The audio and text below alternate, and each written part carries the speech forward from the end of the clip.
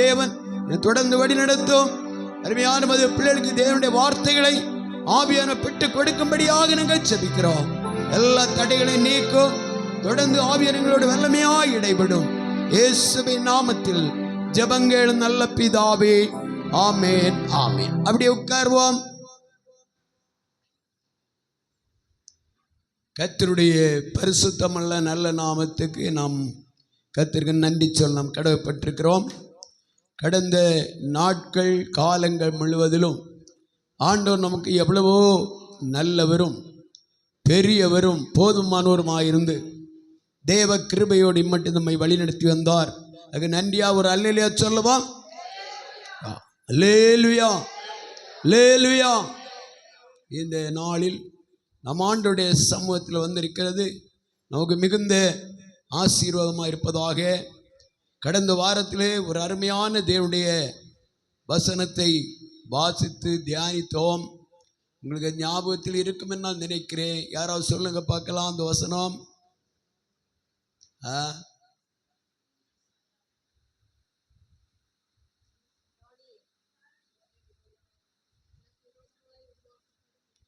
உனக்கு விரோதமாய் உருவாக்கப்படும் எந்த ஆயுதமும் வாய்க்காது. இப்போ அது இங்க இருக்கு, ஏசாயா 54:17. சரி, பரவாயில்ல, நல்ல ஞாபகத்தில் வச்சிருக்கீங்க.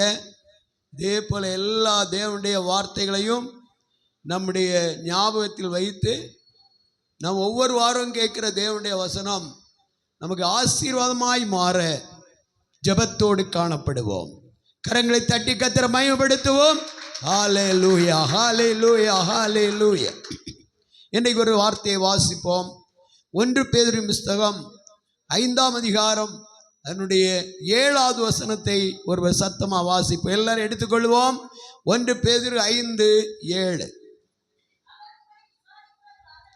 அவர் உங்களை விசாரிக்கிறவர் ஆனபடியால் உங்கள் கவலைகளை எல்லாம் அவர் மேல் வைத்து விடுங்கள்.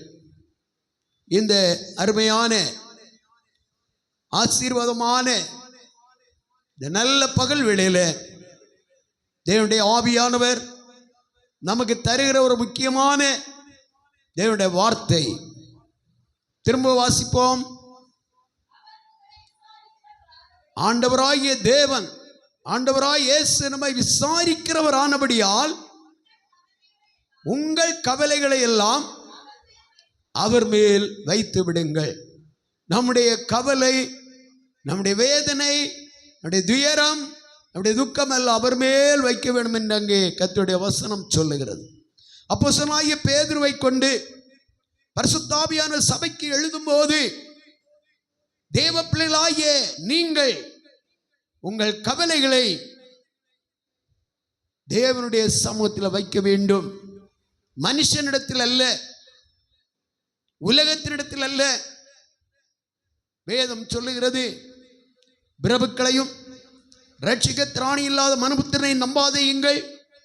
அவனுடைய ஆவி பிரியும், அவன் தன் மண்ணுக்கு திரும்புவான்.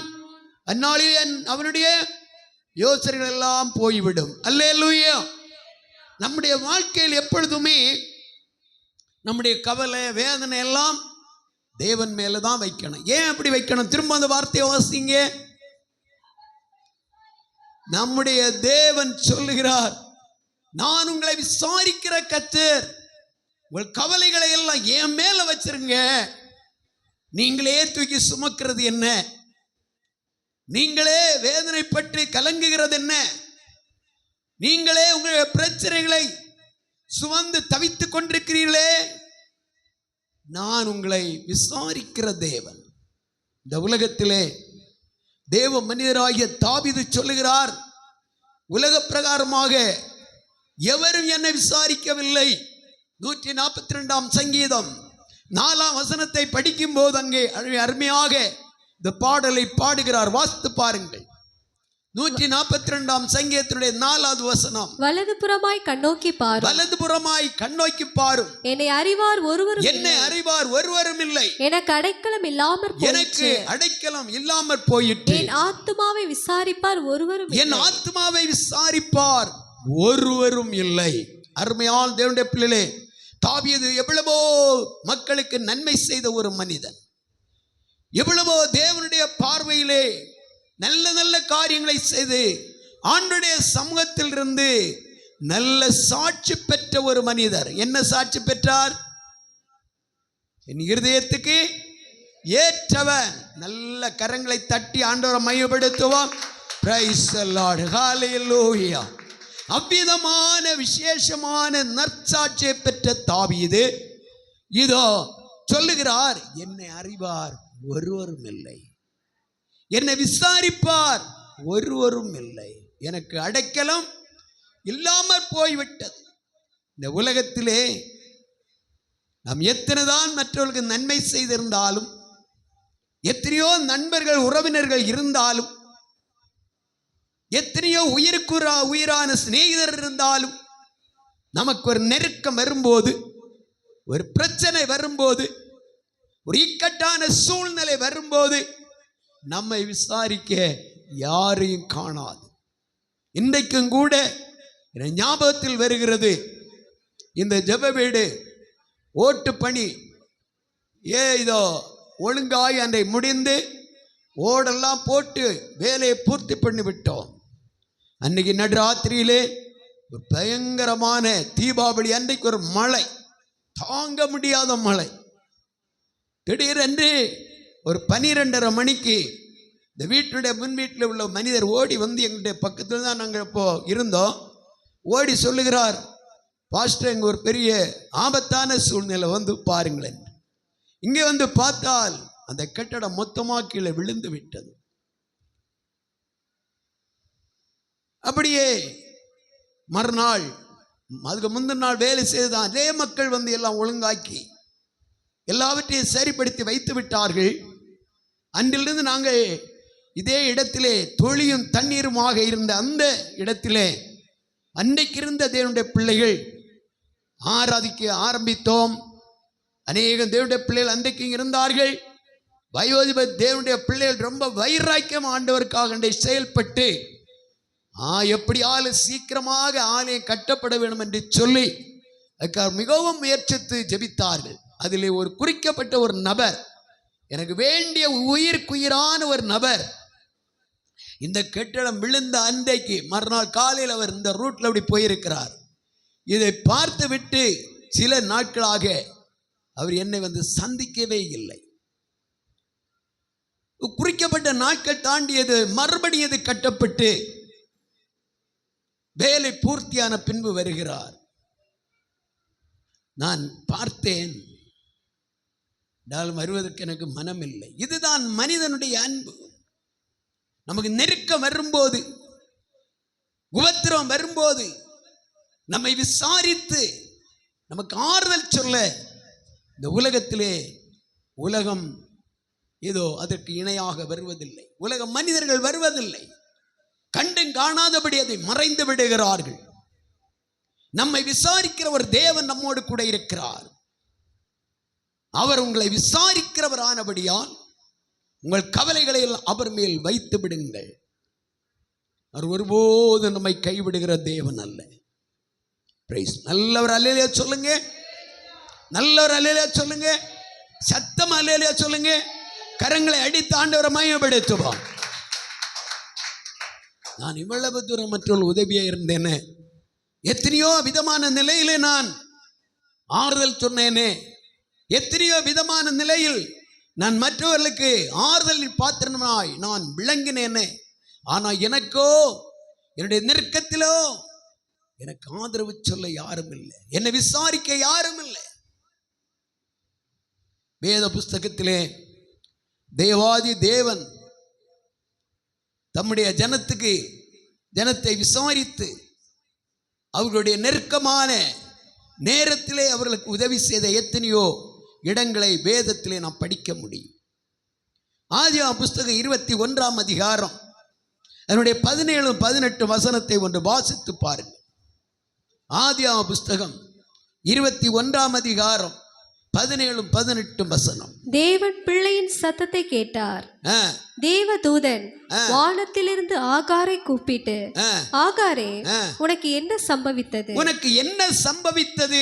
பயப்படாதே, பயப்படாதே, பிள்ளை இருக்கும் இடத்திலே பிள்ளை இருக்கும் இடத்திலே தேவன் அவன் சத்தத்தை கேட்டார். தேவன் அவன் சத்தத்தை கேட்டார். நீ எழுந்து பிள்ளையை எடுத்து அவனை உன் கையினால் பிடித்து கொண்டு போய் அவனை பெரிய ஜாதியாக்குவேன் என்றார். அல்லேலூயா. ஆகாரை விசாரித்த தேவன் எப்போது?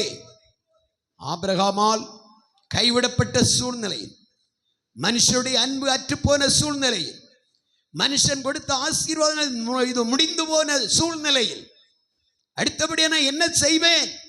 என் பிள்ளை சாக போகிறதை நான் பார்க்க மாட்டேன் என்று ஒரு கல்லறை தூரத்தில் போய் நின்று, எம்மா எல்லாரும் இங்கே கவனிங்க, எல்லாரும் இங்கே கவனிங்க.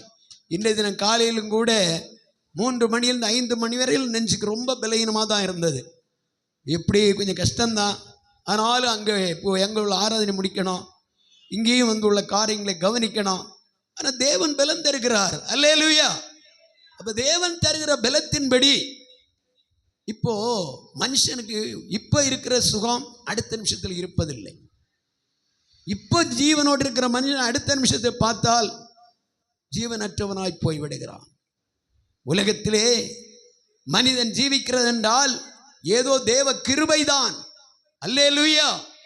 ஆண்டவரை கிருபை இல்லாதபடி நம்மால் ஒன்றுமே செய்ய முடியாது. சரி பாருங்க, அங்கே ஒரு விசாரணை பரலோகத்திலிருந்து வருகிறது. எங்கிருந்து வருகிறது? நல்ல சத்தமா சொல்லுங்க. எங்கிருந்து வருகிறது? பரலோகத்திலிருந்து வருகிறது. இது மனுஷன் இதோ விசாரித்ததல்ல, சர்வசக்தி உள்ள தேவன் விசாரிக்கிறார். எப்போது விசாரிக்கிறார்? பிள்ளை சாக போகும் நேரத்திலே, பிள்ளைக்கு ஒரு ஆதரவு இல்லாதபடி, தண்ணீரும் ஒன்று இல்லாதபடி அது கதறிக்கொண்டிருக்கிற நேரத்திலே பெற்ற தாய், என் பிள்ளை சாகிறதை நான் பார்க்க மாட்டேன் என்று தூரமான இடத்தில் கடந்து போய் நின்று வானத்தை நோக்கி நின்று கதறிக்கொண்டிருந்தாலே, அந்த நேரத்திலே என் தேவாதி தேவன் அவர் ஆகாரோடு பேச ஆரம்பித்தார். இந்த நாள் பகல் வேளையில என்னை கேட்கிற தேவ பிள்ளையே, உன்னை விசாரிக்க யார் இல்லை என்று நீ நினைக்காதே. ஆகார் நின்ற இடம் வனாந்திரமான இடம். வனாந்திரத்திலே எவருடைய உதவியையோ ஒத்தாசையோ, யாருடைய ஒரு உபகாரங்களையோ எதிர்பார்க்கவே முடியாது. வனாந்திரம் வேதத்தில் படிக்கிற ஒரு மணற்பாங்கான இடம், தண்ணீரற்றதான இடம், கொள்ளிவாய் சர்ப்பங்கள் நிறைந்த இடம், கோட்டான் குஞ்சுகள் நிறைந்த இடம், எவருடைய உதவியை எதிர்பார்க்க முடியாத நம்பிக்கையற்ற இடம் வனாந்திரம்.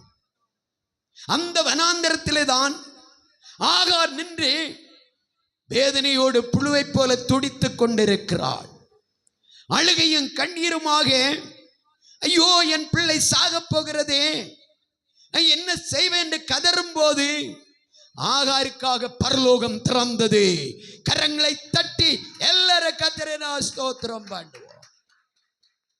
அருமையான தேவ பிள்ளையே, இந்த உலகமே உனக்கு எதிராக எழும்பலாம். நீ எதிர்பார்த்த உன் புருஷன் உன்னை கைவிடலாம், மனைவி கைவிடலாம், பிள்ளைகள் கைவிடலாம், நேசித்த நண்பர்கள் கைவிடலாம், நம்பியிருந்த ஐஸ்வர்யம் கைவிடலாம், நீ எதிர்பார்த்ததான் ஆசீர்வாதங்களை விட்டு விலகலாம். பதற வேண்டிய தேவையில்லை.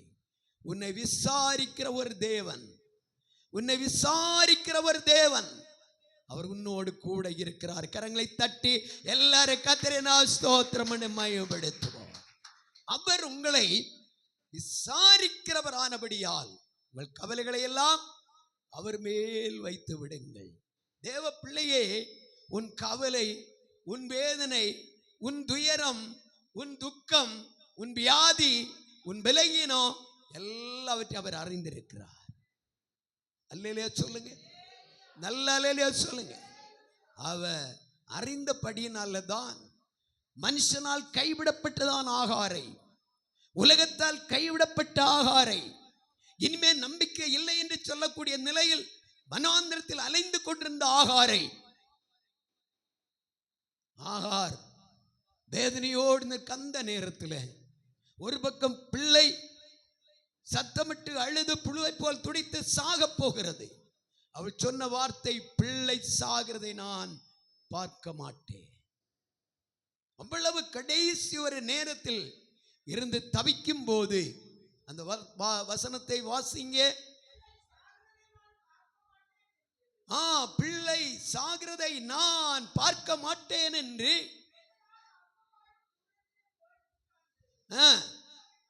சத்தமிட்டு அழுதாள். தொடர்ந்து தேவன் பிள்ளையின் சத்தத்தை கேட்டார்.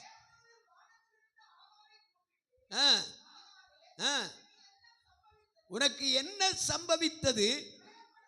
பயப்படாதே. பிள்ளை இருக்கிற இடத்திலே அவனுடைய சத்தத்தை அவர் கேட்டார். இந்த நாள் பகல் வேளையில தேவனுடைய வார்த்தை கேட்கிற தேவ பிள்ளையே, பிள்ளை இருந்த இடத்திலே தானே அவனுடைய சத்தத்தை கர்த்தர் கேட்டார். காரணம் என்ன? இந்த குழந்தை ஆபிரகாமுடைய வித்து, ஆபிரகாமுடைய சந்ததி, ஆபிரகாமுடைய ஜாதி. ஒரு அல்லேலூயா சொல்லுங்க. இங்கே வந்திருக்கு நான் நீங்களும் தேவனால் அழைக்கப்பட்ட ஆபிரகாமுடைய பிள்ளைகள். கரங்களை தட்டி எல்லாரும் கர்த்தரை ஸ்தோத்திரம் பண்ணி மகிமைப்படுத்துவோம். நம்முடைய கூக்குரலையும் கூப்பிடுதலையும் ஜெபத்தையும் விண்ணப்பத்தையும் கேட்கிற ஒரு தேவன் நம்முடைய மத்தியிலே அசைவாடி கொண்டிருக்கிறார். அவர் நம்மை விசாரிக்கிறவர். சில நேரம் நல்ல சோமா போய் தூங்குவோம், சமாதானத்தோடு நித்திரை செய்வோம்.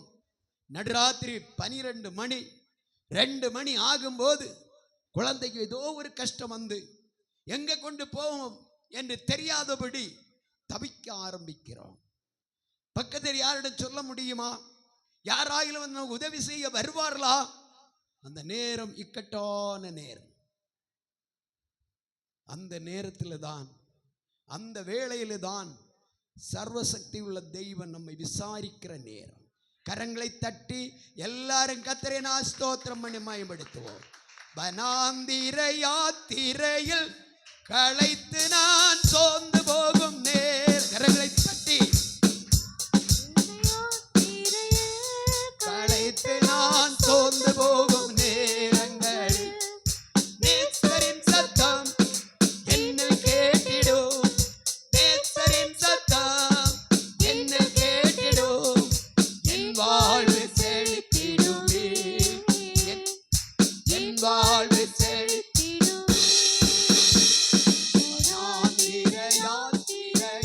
பாடுவோம்.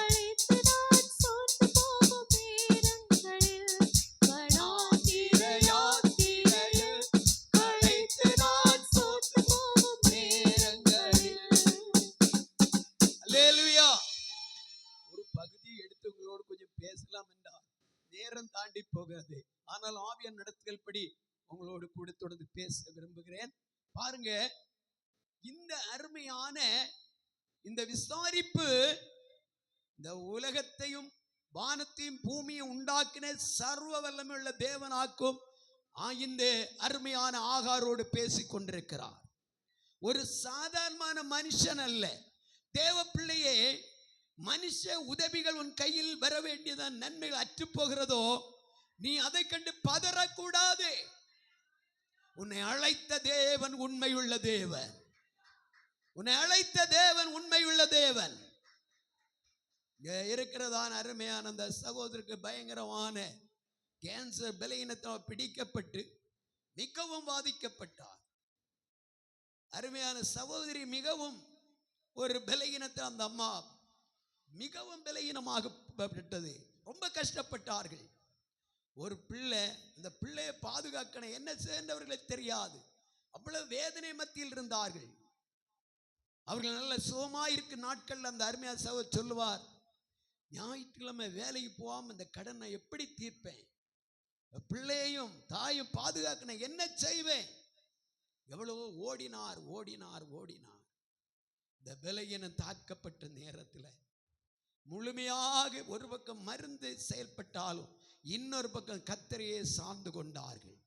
அந்த நெருக்கமான நேரத்தில் ஆண்டுடைய சமூகத்தில் அவருடைய கரத்தில் தங்களை அர்ப்பணித்து ஆண்டுடைய சமூக மூழ்கி ஞானஸ்நானம் எடுத்து ஆண்டவருக்குள்ள வந்தாங்க. ஆண்டவர் அவர்களை விசாரிக்க ஆரம்பித்தார். என்ன செய்தார்? என்ன செய்தார்? விசாரித்தார். என்ன? ஒவ்வொரு நாள் அவருடைய என்ன தேவை உண்டோ, அவர்களை எப்படி நடத்தணுமோ வேதம் சொல்லுகிறது. நான் உனக்கு போதித்து நீ நடக்க வேண்டிய வழியை உனக்கு காட்டுவேன், உன்மேல் கண்ணை வைத்து. இன்று முடிந்தவன் அவங்க சாட்சியை கேளுங்க. ஒரு நன்மை வரை ஆண்டவர் இந்த பிள்ளைகளுக்கு குறை வைக்காதபடி இந்த நாட்கள் வருஷ கணக்காக இன்றைக்கு தேவன் அதிசயமா நடத்தி கொண்டிருக்கு. இந்த அருமையான சகோதரிக்கு ஒரு வேலையை கர்த்தர் கொடுத்திருக்கிறார். தேவ பிள்ளைகளே, தெய்வம் ஒருபோது நம்மை கைவிடுகிற தேவன் அல்ல, ஒருபோது நம்மை மறந்திருக்கிற தெய்வம் அல்ல. அவர் நம்மை விசாரிக்கிற தேவன். அந்த தேவனையாக்கு நம்ம ஆராதிக்கிறோம். அங்க ஆண்டவர் என்ன சொன்னார் தெரியுமா? அவனை ஒரு பெரிய ஜாதியாக மாற்றுவேன். வாசிங்க அந்த பகுதி, ஆதியாகமம் புஸ்தகத்தினுடைய பகுதி. உன் கையினால் நீ பிடித்து கொண்டு போய் அவனை பெரிய ஜாதியாக்குவேன் என்றார். அந்த வார்த்தைக்குள்ளே நிறைய அர்த்தங்களும் காரியங்களும் இருக்கிறது. தேவ பிள்ளையே, உன் பிள்ளையை குறித்த நோக்கம், தேவனுக்கு ஒரு பெரிய நோக்கம் உண்டு. ஒரு அல்லேலூயா சொல்லுங்க, நல்ல அல்லேலூயா சொல்லுங்க.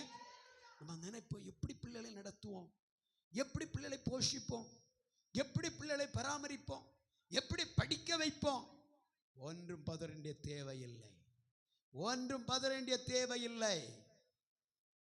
இன்றைக்கும் ஒரு அருமையான ஊழியத்தை செய்த ஊழியக்காரருடைய குடும்பத்தை நான் நினைக்கிறேன். 7 பிள்ளைகள், அந்த காலத்தில் 5, 7, 10 பிள்ளைகள். எங்க இடத்துல வேலைக்கு வந்த, கடந்த வாரத்தில் வேலைக்கு வந்த ஒரு சகோதரத்தை கேட்ட, அவருக்கு 9 பிள்ளைகள். உங்களுக்கு ஆச்சரியமா இருக்குல்லவா? இந்த 9 பிள்ளைகளையும் வழி நடத்துவதற்கு அந்த பிள்ளையுடைய தகப்பனாருக்கு என்ன வேலை என்றால், பிளைன்ல நின்று ஊதுகிற வேலை. என்ன வேலை சொல்லுங்க? பிளைன்ல நின்றோ உட்கார்ந்தோ ஊதுகிற வேலை. எனக்கு புரியவே இல்லை. ஐயா அது நல்லா சொல்லுங்களேன்.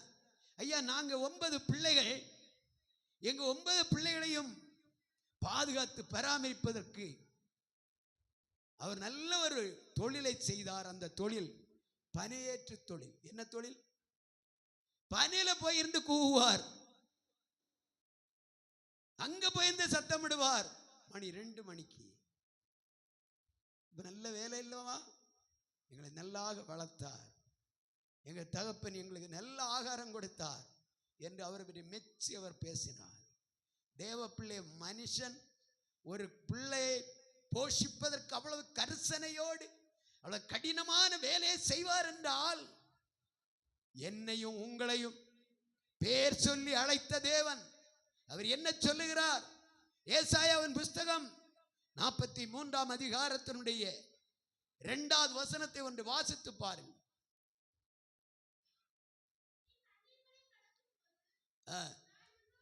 யாரும் தயவா எளிமை போகக்கூடாது. வசனத்தை இப்ப நாங்க தியானம் பண்ணி முடித்து ஜெபத்து போறோம். ஆசீர்வாதம் கடைசி ஜெபம் முடிந்துதான் போக வேண்டும். சொன்ன கீழ்ப்படிங்க, அது உங்களுக்கு ஆசீர்வாதம். அதுக்கு அடுத்த வசனம் வாசிங்க, 3ஆம் வசனம். நான் இஸ்ரவேலின் பரிசுத்தரும்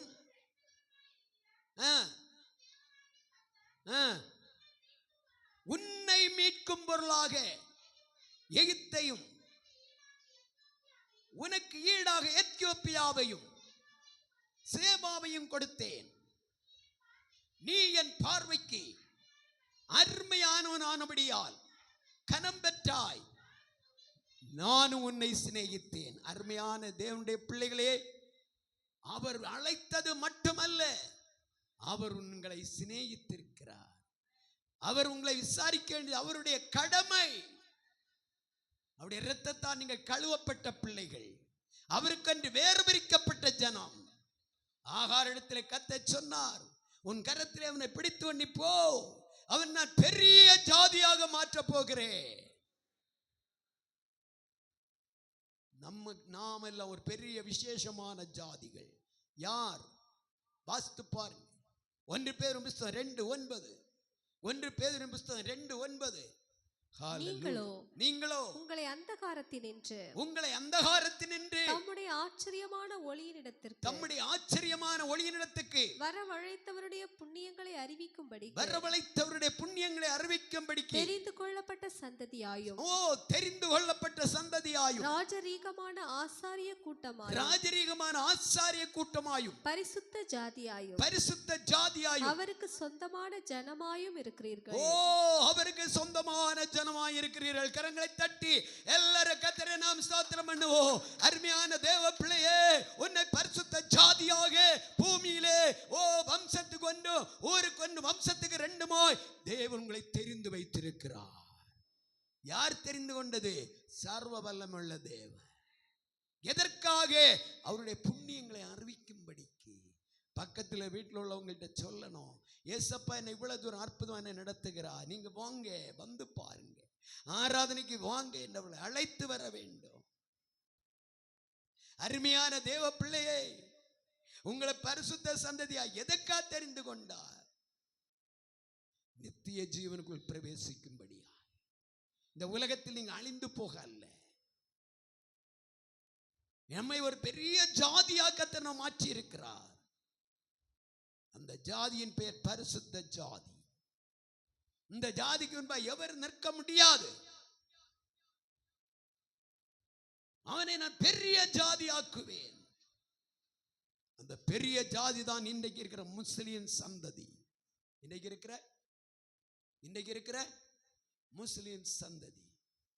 இந்த அருமையான பகல் வேளையிலே தேவனுடைய வார்த்தை இருக்கிற தேவ பிள்ளையே,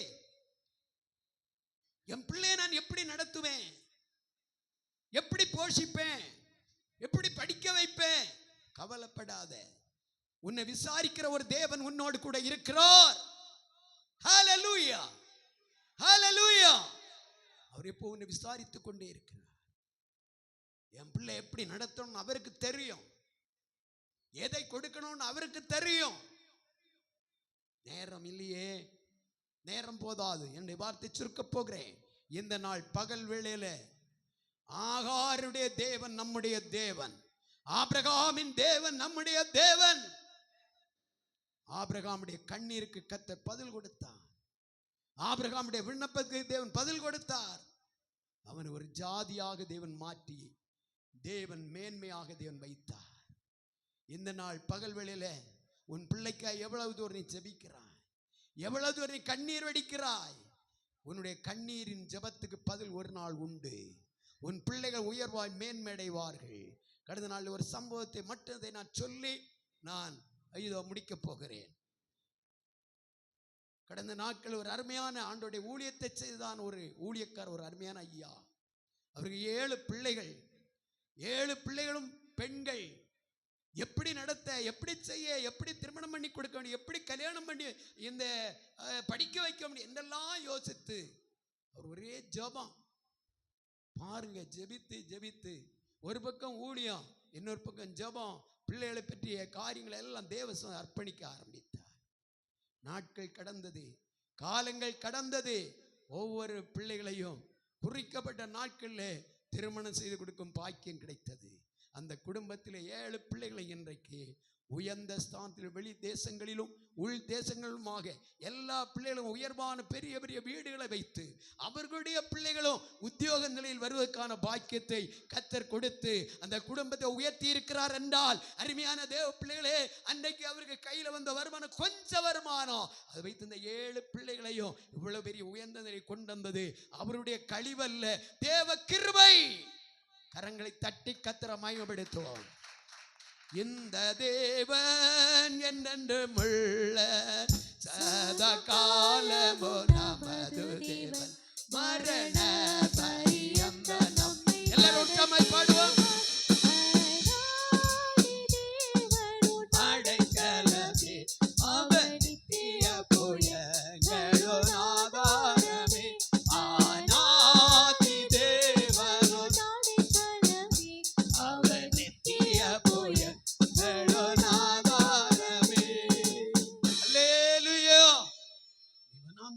இருக்கிறாயோ? எல்லாராலும் கைவிடப்பட்ட சூழ்நிலை ஆகிவிட்டாயோ? வருமானம் ஒன்று இல்லை என தத்தளிக்கிறாயோ? பதறாதே, பயப்படாதே. உன்னை அழைத்த தேவன் உன்னை நடத்துவார்.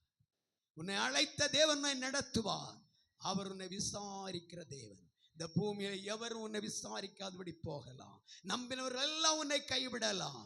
கடந்த நாள் ஒரு அண்ணன் தம்பிக்கு வாரந்தோறும் இறைச்சி எடுத்து கொடுக்க ஆரம்பித்தார். கொடுத்து வரும்போது அவர் ஒரு நாள் சொன்னார், நீ இந்த பெந்தேச கூட்டத்துக்கு ஒன்றும் போய் அங்கன துள்ள ஒன்றும் செய்யக்கூடாது, பெந்தேச கூட்டத்துக்கு போகாத.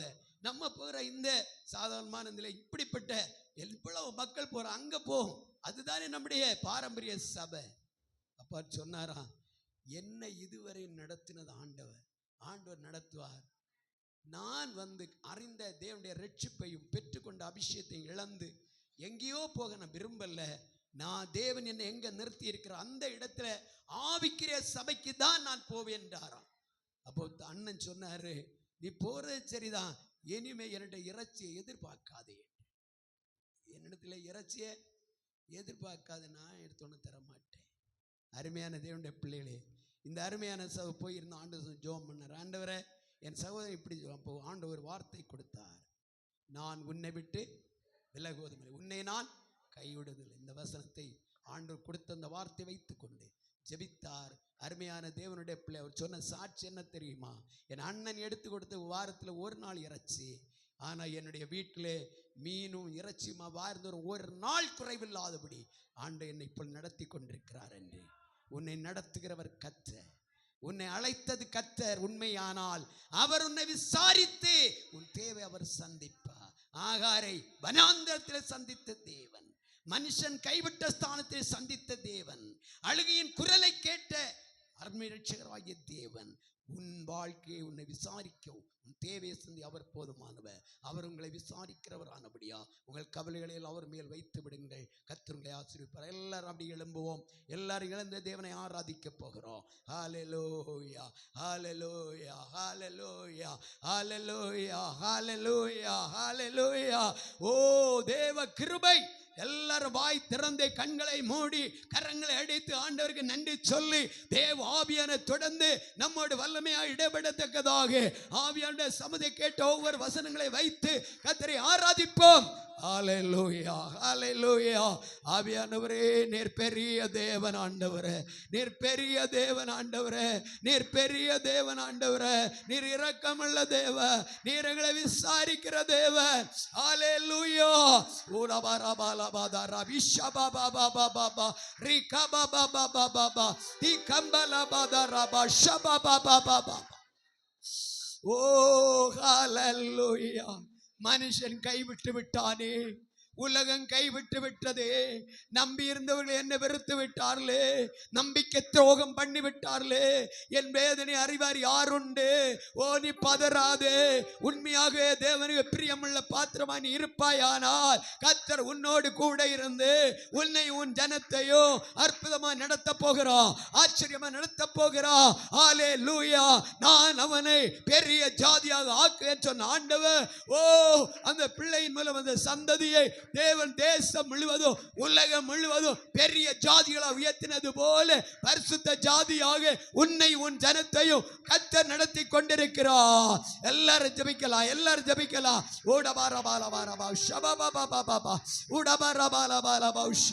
வனாந்திரம் என்று கலங்காது, எல்லாரும் கைவிடப்பட்டு விட்டு என்று திகைக்காது, திணறாது, பதறாது.